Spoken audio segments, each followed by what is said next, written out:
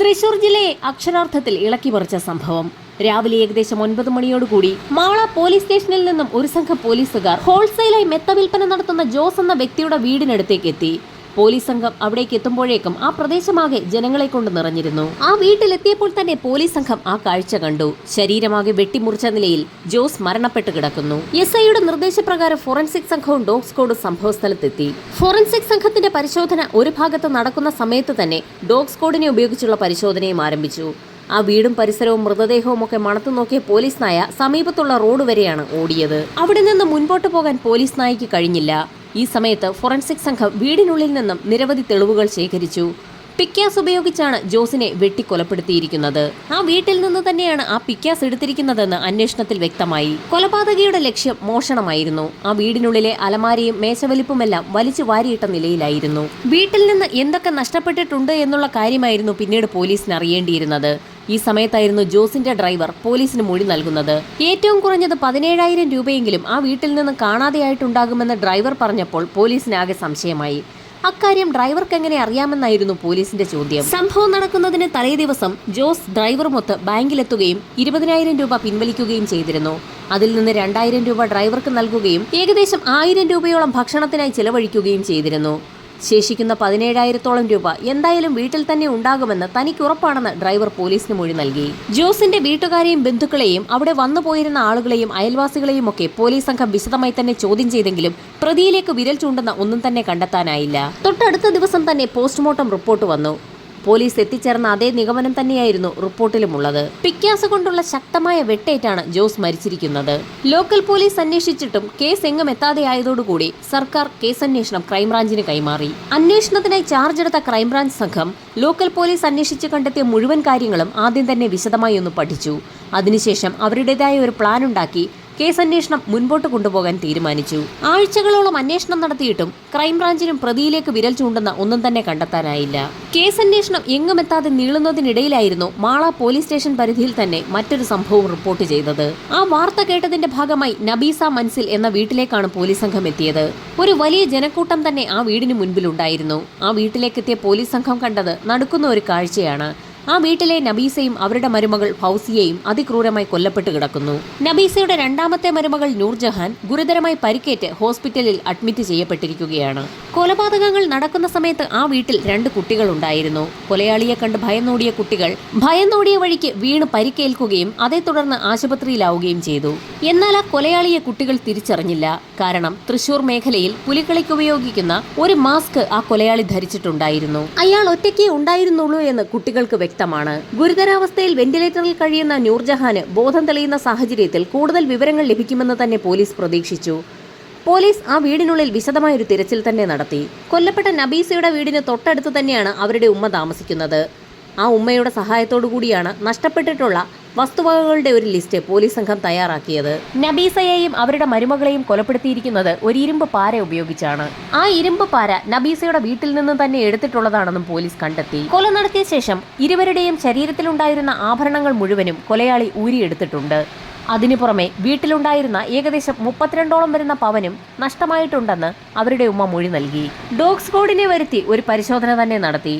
മൃതദേഹവും വീടും പരിസരവുമൊക്കെ മണത്തു നോക്കിയ പോലീസ് നായ റോഡിലേക്ക് ഇറങ്ങി അല്പദൂരം നടന്ന ശേഷം അവിടെ നിന്നുപോയി. പിന്നീട് മുൻപോട്ട് പോകാൻ അതിന് കഴിഞ്ഞതുമില്ല.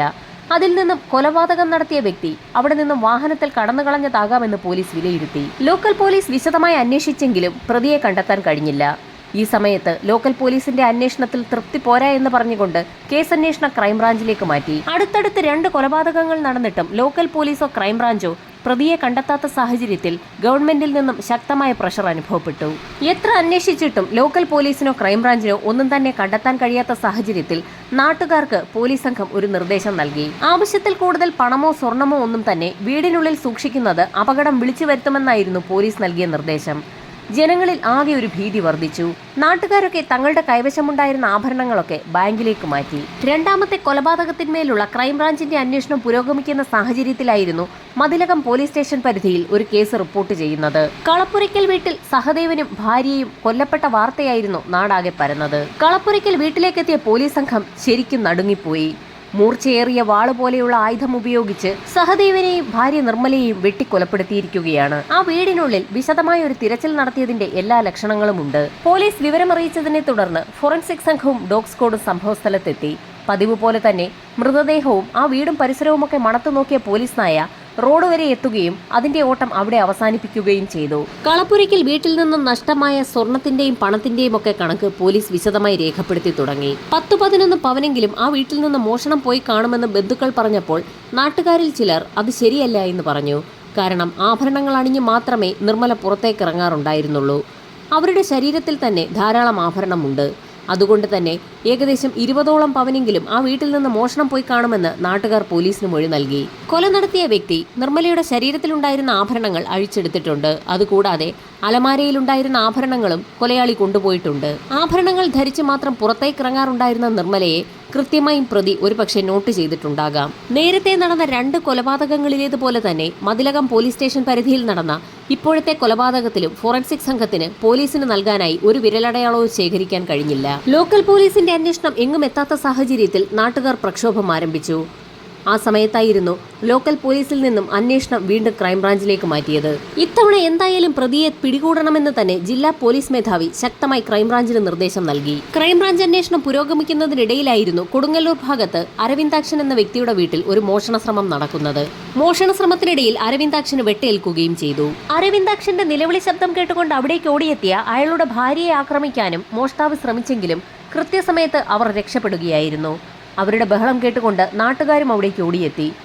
അപ്പോഴേക്കും കള്ളൻ അവിടെ നിന്ന് രക്ഷപ്പെട്ടിരുന്നു. സംഭവം അറിഞ്ഞ പോലീസ് സംഘം അവിടെ എത്തി അരവിന്ദാക്ഷന്റെയും ഭാര്യയുടെയും മൊഴി വിശദമായി തന്നെ രേഖപ്പെടുത്തി. കയ്യിലുണ്ടായിരുന്ന വാക്കത്തി ഉപയോഗിച്ചായിരുന്നു അരവിന്ദാക്ഷനെ മോഷ്ടാവ് വെട്ടി വീഴ്ത്തിയത്.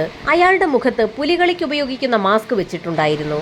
മാള സ്റ്റേഷൻ പരിധിയിൽ നടന്ന 2 കൊലപാതകങ്ങളും മതിലകം സ്റ്റേഷൻ പരിധിയിൽ നടന്ന കൊലപാതകവും ഇപ്പോഴത്തെ മോഷണ ശ്രമവുമെല്ലാം ഒരു വ്യക്തി തന്നെയാണ് നടത്തിയതെന്നുള്ള നിഗമനത്തിലേക്കാണ് പോലീസ് എത്തിയത്. പോലീസ് സംഘം നൈറ്റ് പെട്രോളിംഗ് ശക്തമാക്കി. പിന്നീട് കുറച്ച് നാളത്തേക്ക് എങ്ങും അനിഷ്ട സംഭവങ്ങളൊന്നും തന്നെ റിപ്പോർട്ട് ചെയ്തില്ല.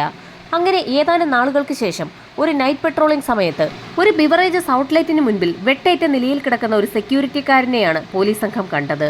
എറണാകുളം ജില്ലയിലെ പറവൂരുള്ള ഒരു ബിവറേജ് ഔട്ട്ലെറ്റിന് മുൻപിലുള്ള സെക്യൂരിറ്റി ജീവനക്കാരനാണ് വെട്ടേറ്റ് കിടക്കുന്നത്. സംഭവ സ്ഥലത്തെത്തി പോലീസ് സംഘം വിശദമായ അന്വേഷണം നടത്തിയപ്പോഴാണ് സമീപത്തുണ്ടായിരുന്ന ചുവര് തുരന്നിരിക്കുന്നത് ശ്രദ്ധയിൽപ്പെടുന്നത്. അന്ന് 1 തീയതി ആയതുകൊണ്ട് തന്നെ ബിവറേജസിന് അവധിയായിരുന്നു. അതുകൊണ്ട് തന്നെ തൊട്ട് തലേ ദിവസത്തെ കളക്ഷൻ ബാങ്കിൽ അടയ്ക്കാതെ ബിവറേജസിൽ തന്നെ സൂക്ഷിച്ചിട്ടുണ്ടാകുമെന്ന് ഉറപ്പുള്ള ഏതോ ഒരു വ്യക്തിയാണ് മോഷണം നടത്തിയിരിക്കുന്നതെന്ന് പോലീസിന് വ്യക്തമായി. പതിവ് പോലെ തന്നെ ഫോറൻസിക് സംഘത്തിനും ഡോഗ് സ്ക്വാഡിനും പ്രത്യേകിച്ച് ഒരു തെളിവുകളും പോലീസിന് നൽകാൻ കഴിഞ്ഞില്ല. പതിവ് പോലെ കേസന്വേഷണം ലോക്കൽ പോലീസിൽ നിന്നും ക്രൈംബ്രാഞ്ചിലേക്ക് മാറ്റി. ക്രൈംബ്രാഞ്ച് അന്വേഷണം ഊർജിതമായി നടക്കുന്നതിനിടയിലായിരുന്നു നെടുമ്പള്ളി എന്ന സ്ഥലത്ത് വീണ്ടും ഒരു കേസ് റിപ്പോർട്ട് ചെയ്യുന്നത്. പുത്തൻവേലിക്കര എന്ന വീട്ടിലെ ദേവകി എന്ന സ്ത്രീ അതിക്രൂരമായി കൊല്ലപ്പെട്ടു. ദേവകിയുടെ ഭർത്താവ് രാമകൃഷ്ണന് അതിക്രൂരമായി പരിക്കേൽക്കുകയും ചെയ്തിട്ടുണ്ട്. അവിടെ നിന്ന് മോഷ്ടാവ് നല്ലൊരു മോഷണം തന്നെ നടത്തിയിട്ടുണ്ട്. പതിവ് പോലെ പുലികളിക്ക് ഉപയോഗിക്കുന്ന മാസ്ക് ഉപയോഗിച്ചാണ് ഇവിടെയും മോഷണം നടത്തിയിരിക്കുന്നത്. മോഷ്ടാവ് ആ വീട്ടിൽ നിന്ന് കടന്നു പോകുന്നതിന് മുൻപ് ആ വീട്ടിലെ ഗ്യാസ് ഓണാക്കി വെച്ചിട്ടുണ്ട്.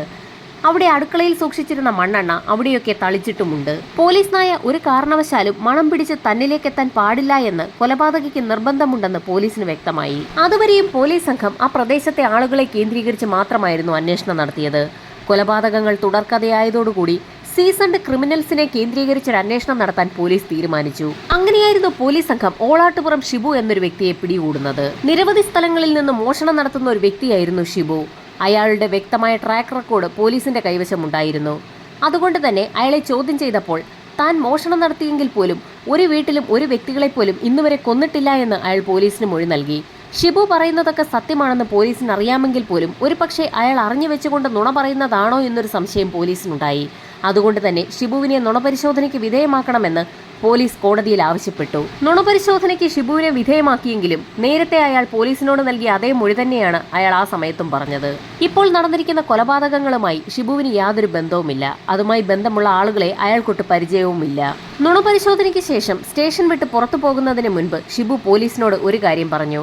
ഈ കൊലപാതകങ്ങളുമായും അയാൾക്ക് യാതൊരു ബന്ധവുമില്ല എങ്കിലും ഇത്തരത്തിലുള്ള കൊലപാതകങ്ങൾ നടത്തുന്ന ക്രിമിനൽസുമായിട്ടൊക്കെ ബന്ധമുള്ള തമ്പി എന്നൊരു വ്യക്തിയുണ്ടെന്നും അയാളെ ചെന്ന് കണ്ട് ചോദ്യം ചെയ്താൽ എന്തെങ്കിലും തുമ്പ് കിട്ടാതിരിക്കുകയില്ല എന്നുമായിരുന്നു ഷിബു പോലീസിന് മൊഴി നൽകിയത്. തമ്പി എവിടെയാണ് താമസിക്കുന്നതെന്നും അയാളുടെ രീതികളെക്കുറിച്ചും ക്രിമിനൽസുമായി അയാൾ എങ്ങനെയാണ് ബന്ധമുണ്ടാക്കുന്നതെന്നും തുടങ്ങി എല്ലാ കാര്യങ്ങളും ഷിബു പോലീസിനോട് പറഞ്ഞു. വളരെ നിർണായകമായ ഒരു വിവരമാണ് ഷിബുവിൽ നിന്നും പോലീസിന് ലഭിച്ചത്. ഏത് വിധേനയും തമ്പിയെ കൂടെ കൂട്ടി കാര്യങ്ങൾ ചോർത്തിയെടുക്കാൻ തന്നെ പോലീസ് തീരുമാനിച്ചു. ഷിബുവിൽ നിന്നും തമ്പി വളരെ നല്ലൊരു മദ്യപാനിയാണെന്നും അയാൾ ഇടയ്ക്കിടയ്ക്ക് കള്ളുഷാപ്പിൽ എത്താറുണ്ടെന്നും നന്നായി മദ്യപിക്കുന്ന വ്യക്തികളെയും അയാൾക്ക് ഇഷ്ടമാണെന്നുമുള്ള കാര്യം പോലീസ് അറിഞ്ഞു. മഫ്തിയിൽ 2 പോലീസുകാർ കള്ളുഷാപ്പിലെത്തുകയും തമ്പിക്കൊപ്പം മനഃപൂർവ്വം കൂട്ടുകൂടുകയും കള്ളു കുടിക്കുകയും പാട്ട് പാടുകയും ഒക്കെ ചെയ്തു. ആ 2 പേരെയും തമ്പിക്ക് ഒരുപാട് ഇഷ്ടമായി. അങ്ങനെ അവർ തമ്മിൽ വലിയൊരു സുഹൃത്ത് ബന്ധം തന്നെ ഉണ്ടായി. മദ്യപിക്കുന്നതിനിടയിൽ ആ കാലഘട്ടത്തിൽ എല്ലാവരും ചർച്ച ചെയ്തുകൊണ്ടിരുന്ന കൊലപാതക കഥകളെക്കുറിച്ചും അവർ ചർച്ച ചെയ്തു തുടങ്ങി.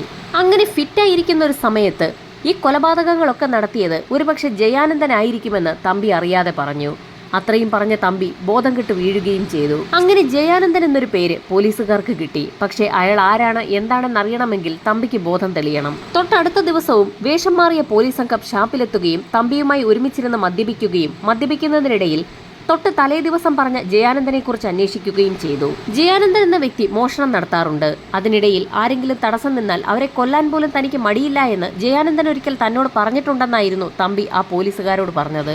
തൊട്ടടുത്ത ദിവസം തന്നെ തമ്പിയെ കൂടുതൽ ചോദ്യം ചെയ്യുന്നതിനായി വേഷം മാറി ഷാപ്പിലെത്തിയ പോലീസുകാർ ഔദ്യോഗിക വേഷത്തിലെത്തി തമ്പിയെ കസ്റ്റഡിയിലെടുക്കുന്നത്. അപ്പോഴായിരുന്നു ഒരു ഞെട്ടലോടുകൂടി തമ്പി ആ സത്യം തിരിച്ചറിഞ്ഞത്. തനിക്കൊപ്പം ഇത്രയും ദിവസം ഷാപ്പിലിരുന്ന് ആടുകയും പാടുകയും ചെയ്തത് യഥാർത്ഥത്തിൽ പോലീസുകാരായിരുന്നു. കസ്റ്റഡിയിലെടുത്ത തമ്പിയെ പോലീസ് സംഘം വിശദമായി തന്നെ ചോദ്യം ചെയ്തു തുടങ്ങി. ജയാനന്ദനെ കുറിച്ചുള്ള കൂടുതൽ വിവരങ്ങളായിരുന്നു പോലീസ് സംഘത്തിന് തമ്പിയിൽ നിന്നും വേണ്ടിയിരുന്നത്. ജയാനന്ദനെ കുറിച്ച് തനിക്കറിയാവുന്ന കാര്യങ്ങളൊക്കെ തമ്പി പോലീസുകാർക്ക് മുൻപാകെ മൊഴി നൽകി. ശരിക്കും ഒരു പാവപ്പെട്ട വീട്ടിലെ വ്യക്തിയാണ് ജയാനന്ദൻ. അയാൾക്ക് 2 പെൺമക്കളാണുള്ളത്. ചെമ്മീൻ കെട്ടുകൾക്ക് കാവൽ കിടക്കുന്ന ജോലിയാണ് ജയാനന്ദന്. ഒരു കുടുംബം മുൻപോട്ട് കൊണ്ടുപോകാൻ ശരിക്കും കഷ്ടപ്പെടുന്ന ഒരു വ്യക്തിയായിരുന്നു ജയാനന്ദൻ. ആദ്യഘട്ടത്തിൽ തമ്പി ജയാനന്ദനെ കാണുമ്പോൾ ഇതായിരുന്നു കാഴ്ച.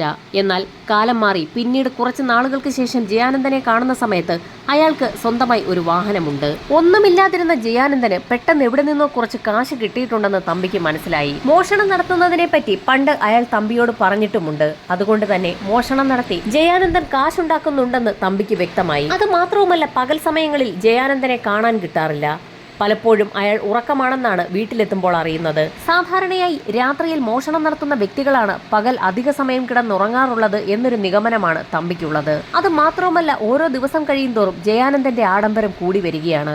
അതുകൊണ്ട് തന്നെ ഇക്കഴിഞ്ഞ കൊലപാതകങ്ങൾക്കൊക്കെ പിന്നിൽ ജയാനന്ദനാണോ എന്നുള്ള സംശയം തമ്പിക്ക് ഉറപ്പായും ഉണ്ടെന്ന് അയാൾ പോലീസിനോട് പറഞ്ഞു. തമ്പിയുടെ മൊഴിയുടെ അടിസ്ഥാനത്തിൽ ജയാനന്ദനെ പോലീസ് സംഘം പിടികൂടി. വിശദമായി തന്നെ ജയാനന്ദനെ ചോദ്യം ചെയ്യുകയും ചെയ്തു. എന്നാൽ ആ കൊലപാതകങ്ങളൊന്നുമായും തനിക്കൊരു ബന്ധവുമില്ല എന്ന് അയാൾ പോലീസിനോട് ആവർത്തിച്ചു പറഞ്ഞു. പകൽ കിടന്നുറങ്ങുകയും രാത്രിയിൽ മോഷ്ടിക്കാൻ പോവുകയും ചെയ്യുന്നതല്ലേ ജയാനന്ദന്റെ രീതി എന്നായിരുന്നു പോലീസിന്റെ ഒരു ചോദ്യം. എന്നാൽ അതിന് വ്യക്തമായ മറുപടി ജയാനന്ദൻ ഉണ്ടായിരുന്നു. രാത്രികാലങ്ങളിൽ ചെമ്മീൻകെട്ടിന് കാവൽ കിടക്കുകയും അതുമായി ബന്ധപ്പെട്ടുള്ള ജോലികൾ ചെയ്യുകയും ചെയ്യുന്ന വ്യക്തിയാണ് ജയാനന്ദൻ. അതുകൊണ്ട് തന്നെ രാത്രികാലങ്ങളിൽ അയാൾ ഉറങ്ങാറില്ല. അതുകൊണ്ടാണ് അയാൾ പകൽ സമയത്ത് കിടന്നുറങ്ങുന്നതെന്ന് അയാൾ പോലീസിന് മൊഴി നൽകി. താൻ ഭാര്യയും മക്കളുമായി ആലോചിച്ച് ലോൺ എടുത്താണ് വാഹനം വാങ്ങിയതെന്നും ജയാനന്ദൻ പോലീസിന് മൊഴി നൽകി. ഇതിനിടയിൽ ജയാനന്ദനെ ആരോ പിടിച്ചുകൊണ്ടുപോയി എന്ന് അയാളുടെ ഭാര്യ സമീപത്തുണ്ടായിരുന്ന പോലീസ് സ്റ്റേഷനിലെത്തി പരാതിയും നൽകി. കാരണം മഫ്തിയിലുണ്ടായിരുന്ന പോലീസ് സംഘമായിരുന്നു ജയാനന്ദനെ കസ്റ്റഡിയിലെടുത്തത്. അതുകൊണ്ട് തന്നെ അത് പോലീസാണെന്ന് ആ സ്ത്രീക്ക് തിരിച്ചറിയാൻ കഴിഞ്ഞില്ല. തൊട്ടടുത്ത ദിവസത്തെ പത്രത്തിൽ നിന്നും ജയാനന്ദനെ പോലീസ് അറസ്റ്റ് ചെയ്തതാണെന്നും സമീപകാലങ്ങളിൽ നടന്ന എല്ലാ കൊലപാതകങ്ങൾക്കും ഉത്തരവാദി അയാളാണെന്നും അയാളുടെ ഭാര്യ അറിഞ്ഞു. എന്നാൽ ആ സ്ത്രീ അതൊന്നും വിശ്വസിച്ചില്ല. ഈ സംഭവങ്ങളൊക്കെ നടന്ന ദിവസങ്ങളിൽ ജയാനന്ദൻ തനിക്കൊപ്പം ഉണ്ടായിരുന്നു എന്നും അന്നൊക്കെ അയാൾ ചെമ്മീൻകെട്ടിന് കാവൽ കിടക്കാൻ പോയിരുന്നു എന്നും കൃത്യമായ സമയത്ത് തന്നെ വീട്ടിലേക്ക് മടങ്ങിയെത്തിയിട്ടുണ്ട് എന്നും ആ സ്ത്രീ ഉറപ്പിച്ചു പറഞ്ഞു. ജയാനന്ദൻ തന്നെയാണ് കൊലപാതകി എന്ന് ഉറപ്പിച്ചുകൊണ്ട് പോലീസ് സംഘം കേസ് ഫയൽ പൂർത്തിയാക്കി കുറ്റപത്രം കോടതിയിൽ സമർപ്പിച്ചു. വിചാരണ ആരംഭിച്ച സമയത്ത് ജയാനന്ദന് വേണ്ടി ഹാജരാകാൻ വക്കീലില്ലാത്ത ഒരവസരം വന്നു. ആ സമയത്ത് ഗവൺമെന്റ് തന്നെ ഒരു വക്കീലിനെ നിയമിച്ചു. ആ വക്കീലിനോട് സംസാരിക്കാൻ പോയ സമയത്ത് ജയാനന്ദന്റെ ഭാര്യയോട് അയാൾ മോശമായി പെരുമാറി എന്നൊരു കേസും പിന്നീടുണ്ടായി. പിന്നീട് ജയാനന്ദനെ ഭാര്യ ജയിലിൽ ചെന്നാണ് കണ്ടത്. ആ സമയത്ത് ഇനി വക്കീലിനെ വെക്കണ്ട എന്നായിരുന്നു അയാൾ പറഞ്ഞത്. ചില കുറ്റങ്ങളിൽ ജയാനന്ദനെ കോടതി വെറുതെ വിട്ടു. എന്നാൽ ചില കുറ്റങ്ങളിൽ ജയാനന്ദന് കോടതി ശിക്ഷ വിധിക്കുകയും ചെയ്തു. തന്റെ നിരപരാധിത്വം തെളിയിക്കണമെങ്കിൽ ജയിലിൽ നിന്ന് പുറത്തിറങ്ങണമെന്ന് ജയാനന്ദൻ ഉറച്ചു വിശ്വസിച്ചു. അതിന്റെ ഭാഗമായി അയാൾ 2 തവണ ജയിൽ ചാടുകയും ചെയ്തു. പോലീസിന് ഒരു പ്രതിയെ ആവശ്യമുള്ളതുകൊണ്ട് തന്നിലേക്ക് കുറ്റം ചുമത്തുകയായിരുന്നു എന്ന് ഉറച്ചു വിശ്വസിക്കുന്ന ഒരു വ്യക്തിയാണ് ജയാനന്ദൻ. ദൃക്സാക്ഷികളില്ല, സാഹചര്യ തെളിവുകളില്ല, വിരലടയാളങ്ങളില്ല എന്ന് പറഞ്ഞ് തള്ളിയ കേസുകളിൽ പോലും ജയാനന്ദന് കോടതി ശിക്ഷ വിധിച്ചിട്ടുണ്ട്. യഥാർത്ഥ പ്രതി ജയാനന്ദൻ തന്നെയാണോ എന്നുള്ള ചോദ്യമാണ് ഇപ്പോഴും പല കോണുകളിൽ നിന്നും ഉയരുന്നത്.